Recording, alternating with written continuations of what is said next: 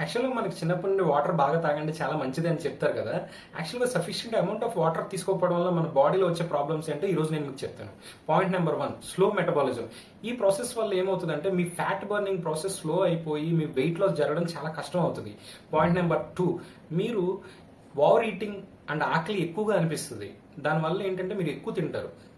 చూడండి, మీరు అబ్జర్వ్ చేయండి, లైఫ్లో మీకు కొంచెం ఆకలి వేసినప్పుడు లైట్గా ఒక గ్లాస్ ఆఫ్ వాటర్ తాగానే ఆకలి తీరిపోయినట్టు అనిపిస్తుంది. యాక్చువల్గా ఆ టైంలో మీకు వేసిన ఆకలి కాదు, దాహం. బాడీ కన్ఫ్యూజ్ అవుతుంది అనమాట ఇది ఆకలి దాహానికి మీరు సరిగ్గా వాటర్ తీసుకోకపోతే. థర్డ్ పాయింట్, మీకు డైజెషన్ ప్రాబ్లమ్స్ వస్తాయి. మీరు వాటర్ తీసుకోవడం వల్ల ఈ ఫుడ్ చాలా ఫ్రీగా మీ డైజెస్టివ్ సిస్టంలో ఫ్రీగా ఫ్లో అవుతుంది. దానివల్ల మీకు ఎటువంటి కాన్స్టిపేషన్ బ్లోటింగ్ ఇష్యూస్ రావు. మీ గట్ కూడా చాలా హెల్దీగా ఉంటుంది. ఫోర్త్ పాయింట్, మీ బాడీలో రిలీజ్ అయ్యే టాక్సిన్స్ అన్ని వాష్అవుట్ అయిపోతాయి వాటర్ రెగ్యులర్ గా తీసుకోవడం వల్ల. మీ బ్రెయిన్ కి కావాల్సిన required amount of blood and oxygen supply కూడా తగ్గిపోతుంది. దానివల్ల మీరు ఏంటంటే ఎక్కువసేపు దేని మీద కాన్సన్ట్రేట్ చేయలేరు, చాలా టైట్ గా ఫీల్ అవుతారు. అకార్డింగ్ టు ఐసీఎంఆర్ మీరు మెన్ అయితే 3 to 3.7 లీటర్స్ లేదా ఉమెన్ అయితే 2.2 to 2.7 litres of water daily consume చేయాలి.